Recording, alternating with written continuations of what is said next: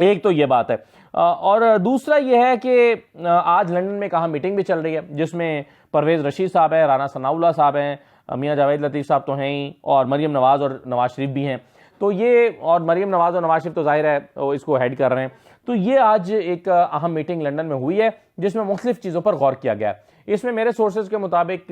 ایک تو بات چیت ہوئی ہے سب سے بڑھ کر یہ کہ کیا کرنا چاہیے، الیکشن 2 مہینے 3 مہینے میں کرانے چاہیے اور جنرل الیکشن میں جانا چاہیے، یا پھر صرف 2 صوبوں میں کرانے چاہیے، یا پھر 2 صوبوں میں بھی نہیں کرانے چاہیے، اور یہ جو حکومت بنے، عبوری حکومت بنے، اس کو 6 مہینے کے لیے ایکسٹینڈ کر دیں. اس تمام چیزوں کو ڈسکس کرتے ہوئے پھر معاشی صورتحال پر بھی بات ہوئی ہے، پھر موجودہ جو پاپولیرٹی کا عالم ہے اس پہ بھی بات ہوئی ہے. نواز شریف صاحب کو یہ بتایا گیا کہ نہیں جی اتنی بھی بری بات نہیں ہے، برے حالات نہیں ہیں، اگر ہم الیکشن میں اتریں گے تو ہم ٹف ٹائم دیں گے، ٹکر کا مقابلہ ہوگا، تو اس لیے اتنا گھبرانے یا پریشان ہونے کی بات نہیں ہے. تو یہ چیزیں جو ہیں وہ نواز شریف صاحب کو بتائی گئی ہیں لندن میں. اور آپ دیکھیں گے کہ جب ابھی ظاہر ہے میٹنگز کے اور راؤنڈ ہونے ہیں، رانا ثناء اللہ صاحب جو ہیں وہ لسٹ بھی لے کر گئے ہوئے ہیں یہاں پر کینڈیڈیٹس کی، اس پر بھی بات چیت ہونی ہے. تو 2-3 دن میں ہمیں پتہ چل جائے گا کہ یہ فیصلے جو ہیں وہ کس طرف کو جا رہے ہیں. شاید کلیئر فیصلہ تو ہمارے سامنے نہ آئے مریم نواز کے آنے سے پہلے، لیکن اندازہ ہو جائے گا کہ فیصلے جو ہیں وہ کدھر کو جا رہے ہیں. ایک اور چیز میں آپ کو بتا دوں کہ اسمبلی میں تحریک انصاف کی واپسی سے گھبرا کے نون لیگ نے اب یہ کیا ہے کہ انہوں نے کل اسمبلی کا اجلاس ہی ملتوی کر دیا ہے. آج یہ خبر آئی پہلے کہ عمران خان نے اپنے ایم این اے سے کہا ہے کہ وہ کل اسلام آباد میں موجود رہیں، صرف موجود رہنے کا کہا گیا. موجود رہنے کا مطلب یہ تھا کہ ہم اسمبلیوں میں واپس جا سکتے ہیں، اجلاس ہو رہا ہوگا، ہم اچانک پہنچ جائیں گے، ہم کہیں گے ہم تو آ گئے ہیں واپس. لیکن اب نون لیگ چاہتی ہے کہ یہ اسمبلیوں میں واپس نہ آئیں، اور نگران حکومت بنانے کے لیے مشاورت جو ہے وہ راجہ ریاض سے ہی ہم کریں، اور راجہ ریاض کے ساتھ ہی مل کر جو ہے وہ نگران وزیر اعظم لگائیں.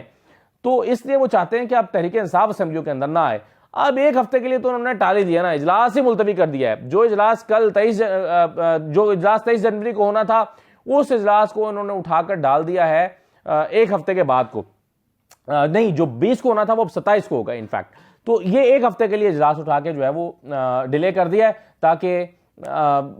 تحریک انصاف جو ہے واپس نہ آئے. تو معاملہ یہ ہے کہ ایک اور علامت جو ہے خوف کی نون لیگ نے دکھا دی ہے اور پی ڈی ایم نے، کیونکہ کل پی ڈی ایم نے 1-2 دن پہلے کہا کہ جی آپ جائیں الیکشن لڑنے کے لیے، عمران خان جائیں، اور ہم جو ہے وہ الیکشن میں نہیں اتریں گے. تو اس کے پیچھے بھی ظاہر ہے یہی خوف ہے کہ ایک دفعہ پھر ایکسپوز ہو جائیں گے، ایک دفعہ پھر پتہ چلے گا کہ ہم ہار گئے ہیں، اور اسی لیے الیکشن میں نہ جانے کا فیصلہ کیا ہے. اور اب جو ہے وہ پھر اب کہا یہ کیا ہے کہ جی ہم 2 مہینے کے لیے کیوں اتریں، ہم ایک ہی دفعہ جائیں گے. رانا ثناء اللہ صاحب کی طرف سے یہ کہا گیا ہے، لیکن اصل بات یہی ہے کہ اگر پھر شکست ہوگی تو اگلے الیکشن میں پھر اس کا بڑا نیگیٹو امپیکٹ جائے گا، اس لیے وہ سمجھتے ہیں کہ یہ نہیں ہونا چاہیے. آخری بات جو میں کرنا چاہتا ہوں، ویسے تو میں اپنے یوٹیوب چینل پر بھی ڈیٹیل سے اس پر بات کر چکا ہوں اور آج کی کورٹ ہیئرنگ بھی بتا چکا ہوں، لیکن یہ پوائنٹس میں نے اس میں شیئر نہیں کیے تھے. یہ پوائنٹس جو ہیں وہ بنیادی طور پر وہ ڈاکومنٹ ہے جو عدالت کو سبمٹ کیا گیا ہے، جس میں بتایا گیا ہے کہ ہم کیوں یہ توشہ خانہ کے تحائف کی ڈیٹیلز نہیں دے رہے. اور آپ جانتے ہیں کہ وہ اگر ڈیٹیل سامنے آ گئی تو پتہ چلے گا کہ نواز شریف کیا لے گئے اور شہباز شریف کیا لے گئے اور باقی لوگ زرداری صاحب اور یوسف رضا گیلانی کیا لے گئے. تو اس لیے ان چیزوں سے بچنے کے لیے وہ ڈیٹیلز ہی نہیں دینا چاہتے. لیکن عدالت کو کیا کہا ہے؟ عدالت کو کہا گیا ہے کہ ایک لیٹر کا حوالہ دیا ہے کہ نواز شریف کی وزارت عظمیٰ کے دوران 26 نومبر 2015 کو وزیراعظم آفس نے ایک لیٹر میں قرار دیا تھا کہ توشہ خانہ تحائف سے متعلق معلومات کلاسیفائڈ ہیں،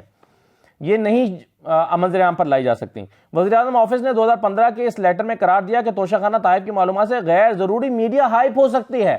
میڈیا میں جو ہے وہ یعنی میڈیا ہائپ نہ ہو اس لیے جو ہے وہ یہ معلومات شیئر نہیں کر رہے. 2015 کے لیٹر کے مطابق توشہ خانہ تحائف کی معلومات سے جو میڈیا ہائپ پیدا ہوگی وہ ممکنہ طور پر عالمی تعلقات کے انعقاد کے عمل میں پاکستان کے مفادات کو ٹھیس پہنچا سکتی ہے.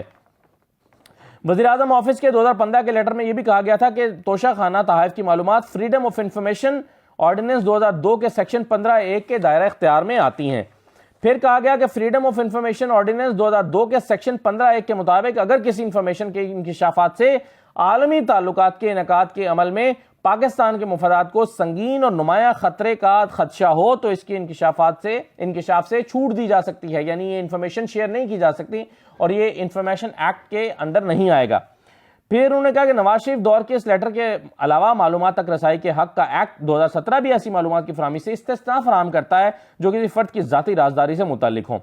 اور اس کے ساتھ ساتھ کچھ اور بھی اس میں چیزیں شامل ہیں. تو کہنے کا مطلب صرف یہ ہے کہ توشہ خانہ کی ڈیٹیلز شیئر نہیں کرنا چاہتی حکومت، اور اس کے لیے آج بھی 2015 کے ایک لیٹر کو بنیاد بنا کر عدالت میں جواب دے رہی ہے، اور وہ کہتی ہے کہ جی اس سے عالمی تعلقات متاثر ہو جائیں گے۔ اور لاہور ہائی کورٹ کے جج نے بڑے ویلڈ کوسچنز کیے، انہوں نے کہا کہ میڈیا ہائپ سے، یعنی صرف میڈیا ہائپ کی وجہ سے نہیں دینا چاہتے تو یہ تو کوئی بات نہیں ہے، اور پھر انہوں نے کہا کہ تعلقات کیسے متاثر ہو جائیں گے، ذرا واضح کر کے بتائیں۔ پھر لاہور ہائی کورٹ نے یہ بھی کہا ہے کہ اگر کوئی شخص آپ کو BMW دے دے اور کہے کہ جی اس کے عوض ہمیں یہ LNG کا ٹھیکہ دے دیں تو کیا کریں گے آپ، یعنی معلومات چھپی رہ جائیں گی تو پھر تو چیزیں سامنے نہیں آئیں گی، تو معلومات توشہ خانہ کی سامنے آنی چاہیے۔ لیکن اب حکومت اس سے بھی بھاگ گئی ہے، کیونکہ وہ جو گھڑی گھڑی کرنے والے لوگ تھے ان پر چپ انہوں نے سادھ لی ہے، اور ان کو لگتا ہے کہ اب یہ ڈیٹیل سامنے آ گئی تو الٹی یہ گیم ہمارے اوپر پڑ جائے گی۔ تو بہرحال یہ چیزیں ہیں جی جو میں آپ سے شیئر کرنا چاہتا تھا۔ اجازت دیجیے، اللہ حافظ۔